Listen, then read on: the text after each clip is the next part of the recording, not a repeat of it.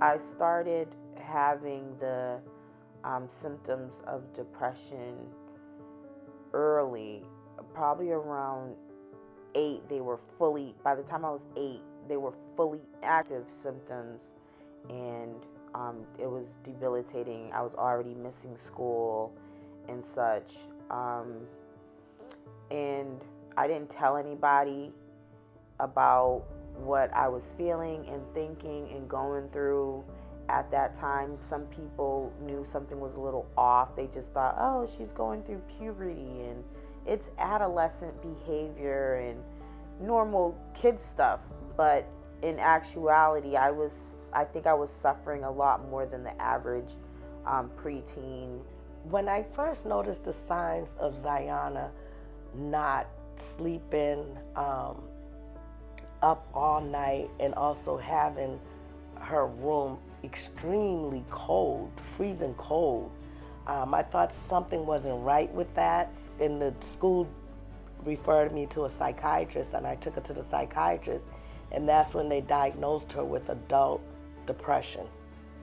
Once I got into treatment, they started to question me, do the evaluation, and they were just like, how long have you been feeling this way, and how many times have you attempted, or what kind of thoughts you have. And that's when I really started to be like, wow, I've been dealing with this for a long time and I didn't know. The school sent her to the psychiatric hospital, and I abandoned her. I decided I would not pick her up. She was better off somewhere else. I was having my own issues, undiagnosed. And so I just abandoned her and left her at the hospital, told them I was not going to pick her up. And then I moved out of my apartment into a shelter.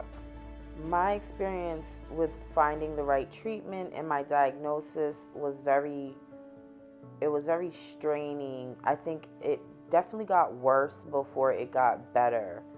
The hard part was the treating it with medication, psychotherapy, group therapy, in and out of programs and institutions to regulate meds, switching from therapists to psych doctors to find the right relationship where I had a voice to say, this medication's not working. I don't want to be on that medication anymore. Can we try something else? Or even trying to advocate to not be on any medication at all. I mean, this thing went on for about 15 years.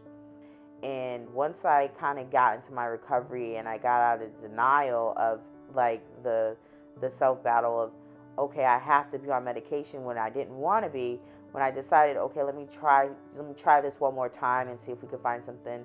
The doctor put me on like 10 medications at once. And I didn't like the doctor a lot at first.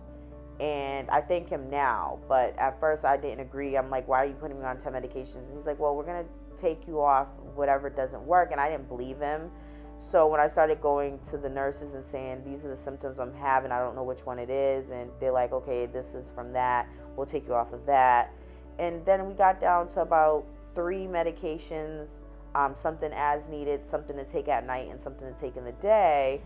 And I started to see hope. I started to feel like this doctor actually knew what he was doing, and I'm glad I spent 3 months in this program that I didn't want to be in. And I'm still on those same medications. So I've been on those medications now for about 5 years, and I've been able to leave my house. I've been able to get out of bed. I've been able to keep my apartment clean. I've been able to spend time with family, and I'm grateful that I was able to overcome those challenges. Now I'm more so planning for my future, whereas before I was planning for my death. And so now I know how to take those steps to be like, okay, let's set a goal, and how am I going to achieve those goals? But as a kid, it was just the thought of like becoming an adult was so scary, and it held me back from a lot of things for a while. Watching Ziona's mental health improve was a victory for both of us. I felt extremely proud that she was able to accept her diagnosis and do what she had to do to live with it as a healthy human being. She wrote and published 4 books. She's working on 2 more now. and she's also writing a piece for the American Psychiatric Association in a textbook. So I'm very proud to see where she has come this far, and her mental illness is not linear as well. She goes back into depression. She goes back into suicidal ideology and things like that. But watching her improve and seeing that she's doing what she has to do for her mental health, it makes me want to do what I need to do for my mental health.